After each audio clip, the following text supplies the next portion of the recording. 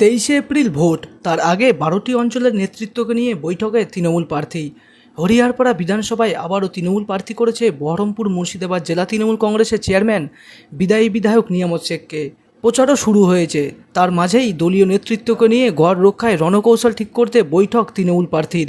হরিহরপাড়া বিধানসভায় কি হবে ফলাফল, কি বলছেন তৃণমূল প্রার্থী? পুনরায় হরিহরপাড়া কেন্দ্রে আমাকে মানুষের পাশে থাকার জন্য সে সুযোগটা দিয়েছে, তাই আমাদের কর্মীদেরকে একটা আলোচনা সভা আমরা করেছি। আলোচনায় আমরা আগামী দিন যে 23 তারিখে নির্বাচন আমাদের মুর্শিদাবাদে, আমাদের হরিহরপাড়া 23 তারিখে নির্বাচন হবে, সেই নির্বাচনে যাতে আমাদের কর্মীরা একটা ভালো উদ্যোগ নিয়ে কাজ করতে পারে সেই পরামর্শটা একটা করলাম। বিভিন্ন দল বিভিন্নভাবে বিভিন্ন প্ররোচনা মানুষকে দিচ্ছে, মানুষ কতটা বুঝছে জানি না, তবে আগামী দিন পর্যন্ত ভোট আসা পর্যন্ত মানুষ অনেকটাই বুঝবে।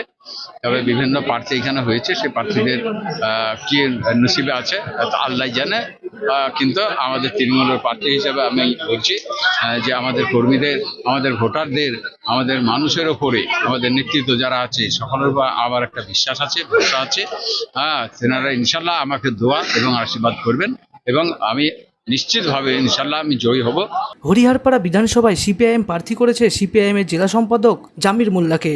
বিজেপি এখানে প্রার্থী করেছে তন্ময় বিশ্বাসকে। আমজনতা উন্নয়ন পার্টির প্রার্থী বিজয় শেখ।